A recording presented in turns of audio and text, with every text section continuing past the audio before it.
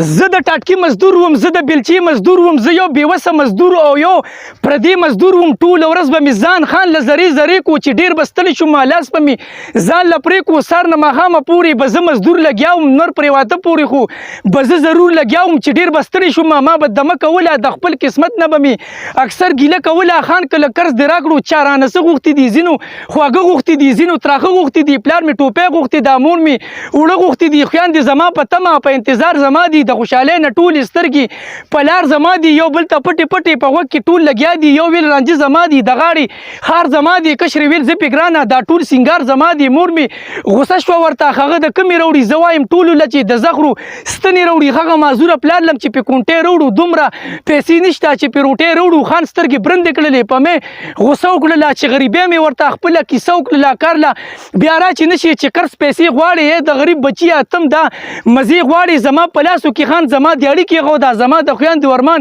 جولې خالي پرېښوده چې خان دیاړي راکړله. هغه 200 وه، یوه تروړه د وړو 2800 وه. سپېره نصیب ته مې ویل یوه سلا راکړه، دې غریبۍ ظالمې سلا د غلا راکړه. ضمیر څپېړې راکړې، نن خو به غلا وکړې، خو د ماشر په ورځ به هلته کې بیا څه کړې، دړې وړه پې کېږي. غوړي د کمې یو سم، نن د وړو په ځای به د زغرو ستنې یو سم. په کوم بازار کې چې به ما سینګارونه لیدل، هلته د خپلو خویندو ما ارمانونه لیدل. ویل مې تش خو نظم، یو فیصله مې وکړه، د ارمانونو ډکه یو جنازه مې وکړه. بس غټو خویندو له مې تراغه بیخي واچول او کشرې خور له مې لږ ورکچیني واچول. په کومه غوټه کې چې د چا ارمان پروت و، په هغه غوټه کې نن زغرو سامان پروت و. ستړی ستومانه راغلم کور ته، بې بسه راغلم، د نورو ورځو په شان کور ته بېوسه راغلم. مور مې رامنډه کړله، بچې وړه دې راوړل، خویندې مې خو هم راته ویل لالا تراخه دې راوړل، کشرې رامنډه کړله، زما خواږه دې راوړل. ورته ویل مې او چې ما هر څه راوړي دي، چا له مې تریخ راوړي، چا له خواږه راوړي دي. بس سترګې پټې کړې ټولې او بسم الله ووایې، هلته به ټول الله ته سپه ووایې.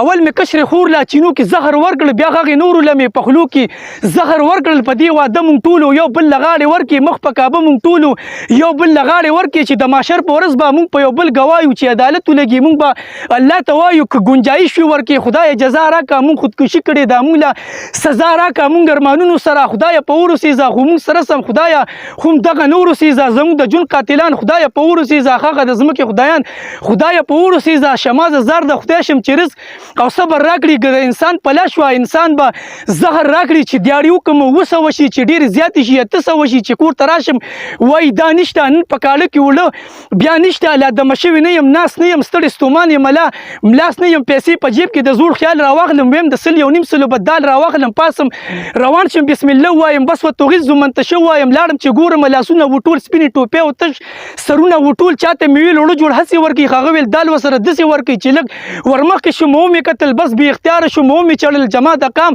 هغه درنې تورسرې، هغه درنې او پښتنې تورسرې، څه عجیبه غوندې انداز وکړو، څه عجیبه غوندې اواز وکړو، د خدای خاطر وکړه وړه راکړه، سپین درنه نه غواړم، سره راکړه د مزدورۍ نه چې روټۍ ګرانه شي، بس 2 شیونه ډېر ارزانه شي، ښځې عزت ښه په اسانه بیه، سړي غیرت ډېر په ارزانه بیه. یو مې لیدو ورسره 3000 وي، ما سره 600 کم 3000 وي. بس جذباتي شوم، خپل کور له راغلم، په منډه منډه خپلې مور له راغلم. مور ته مې ویل یوه سلا کومه، بېګا له لار نیسم غلا کومه. مور مې ویل درته خواری نه بخم، زه درته خپل له څینې پی نه بخم، ښه باشعور وي ته جاهل جوړ کړي، دا مجبوري سړی قاتل جوړ کړي. بیا د میکونو والا خو هم پیدا شي، د موبایلونو والا خو هم پیدا شي. میک یې اکثر په خوا کې لنډ پروت وي او د سوالو یې خوله کې پنډ پروت وي، پتلو راتلو کې دا کمال به وکړي، په اشاره کې داسې سوال به وکړي، اخر تا ولې دا ګناه کوله، شرمېږې نه چې تا دا غلا کوله، ستا مجبوري او ستا په حال خو نه کوي، لیونی نه دی، داسې سوال خو نه کوي. اوس تاسو ماته یوه لار وښیئ، اوس تاسو ماته زما کار وښیئ چې په 3.5 تروړه وړه شي، یو هفته د چا دیاړي ونه شي، ته راته وایې زه به دا نه کوم، ته راته وایې زه به غلا نه کوم، که مخکې ګورم راته ډانګ ولاړ دی، چې وروستو ګورم راته پړانګ ولاړ دی، که مور منم